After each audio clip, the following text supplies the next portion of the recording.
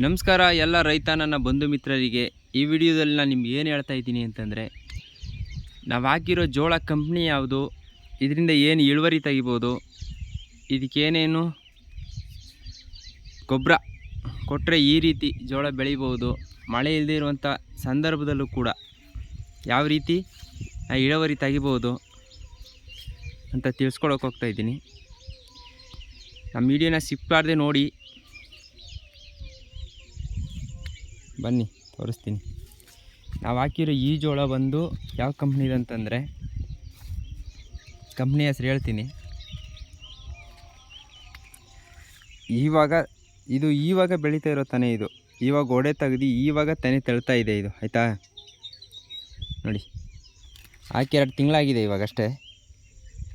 ಒಂದು ಫಸ್ಲಿ ಬರಬೇಕಂತಂದರೆ ಮಿನಿಮಮ್ ಇಲ್ಲ ಅಂತಂದರೂ 3.5 ತಿಂಗಳಿಂದ 4 ತಿಂಗಳವರೆಗೂ ತಗೊಳುತ್ತೆ ಅಲ್ವಾ? ನಮ್ಮ ರೈತರಿಗೆ ಹೇಳ್ಕೊಡುವಂಥದ್ದು ಏನಿಲ್ಲ, ಅವ್ರಿಗೆಲ್ಲ ಗೊತ್ತಿದೆ.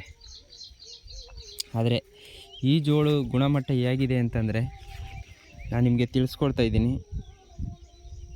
ಇದು ಯಾವ ಕಂಪ್ನಿ ಜೋಳ ಅಂತ ಹೇಳ್ತೀನಿ. ನಮ್ಮ ವಿಡಿಯೋ ನೋಡಿ, ಯಾವ ಥರ ಇಳುವರಿ ತರಿಸ್ಬೋದು, ಇದರಿಂದ ಏನು ಬೆನಿಫಿಟ್ ಆಗುತ್ತೆ, ಇದರಿಂದ ಯಾವ ರೀತಿ ಗೊಬ್ಬರ ಕೊಡಬೇಕು, ಯಾವ ಟೈಮಲ್ಲಿ ಕೊಡಬೇಕು, ನಾನೆಲ್ಲ ನಿಮ್ಗೆ ಹೇಳ್ತೀನಿ. ನಾವೊಂದು ಇವಾಗ ಸದ್ಯಕ್ಕೆ 3-3.5 ಎಕರೆ ಹಾಕಿದ್ದೀವಿ. ಇದರಿಂದ ಏನು ಇಳುವರಿ ಬರುತ್ತೆ ನಮಗೆ, ಅದು ನೆಕ್ಸ್ಟ್ ವೀಡಿಯೋದಲ್ಲಿ ನಾನು ನಿಮ್ಗೆ ಹೇಳ್ತೀನಿ. ಸದ್ಯಕ್ಕೆ ಈ ಜೋಳ ಎಲ್ಲ ಬೆಳೆದು ನಮ್ಮ ಕೈ ಸೇರಿದ ಮೇಲೆ ಅದು ಇಳುವರಿ ಎಲ್ಲ ನಿಮ್ಗೆ ಹೇಳೋಕ್ಕೆ ಸಾಧ್ಯ ನಾನು.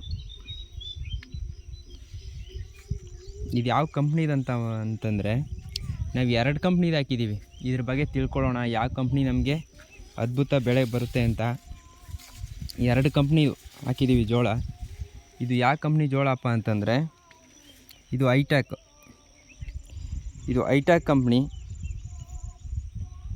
ಈ ಸದ್ಯಕ್ಕೆ ಇವಾಗ ಇದು 2 ತಿಂಗಳಾಗಿದೆ ಇದು ಹಾಕಿ. ಇದರಲ್ಲಿ ಇವಾಗ 2 ತಿಂಗಳಿಗೆ ಏನು ಥರ ತಾನೇ ತಳ್ಳಿದೆ ಅಂತಂದರೆ, ನೋಡಿ ಈ ಸೈಜ್ ತಳ್ಳಿದೆ. ಇನ್ನೂ ಇದು ಬರಬೇಕಂದ್ರೆ 1.5ರಿಂದ 2 ತಿಂಗಳಾಗಬೇಕು ಈ ಜೋಳ ನಮ್ಮ ಕೈ ಸೇರಬೇಕಂತಂದರೆ. ಇದು ಐಟ್ಯಾಕ್ ಕಂಪ್ನಿ ಜೋಳ ಇದು. ಮತ್ತು ಹಾಗೆ ನಿಮಗೆ ಬೇರೆ ಇನ್ನೊಂದು ಕಂಪ್ನಿದು ಜೋಳ ಹಾಕಿದ್ದೀವಿ ಅಂತ ಹೇಳಿದ್ನಲ್ಲ, ಅದನ್ನ ತೋರಿಸ್ತೀನಿ ರೀ. ನೋಡಿ, ಇದು ಐಟ್ಯಾಕ್ ಕಂಪ್ನಿ ಜೋಳ. ಇದ್ರ ಪಕ್ಕದಲ್ಲೇ ಬೇರೆ ಕಂಪ್ನಿ ಹಾಕಿದ್ದೀವಿ.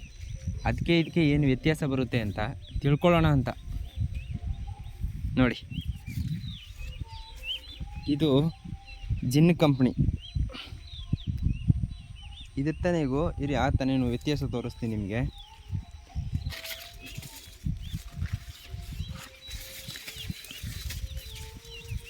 ನೋಡಿ, ಇದು ಐಟ್ಯಾಕು ಮತ್ತು ಅದು ಜಿನ್ನು.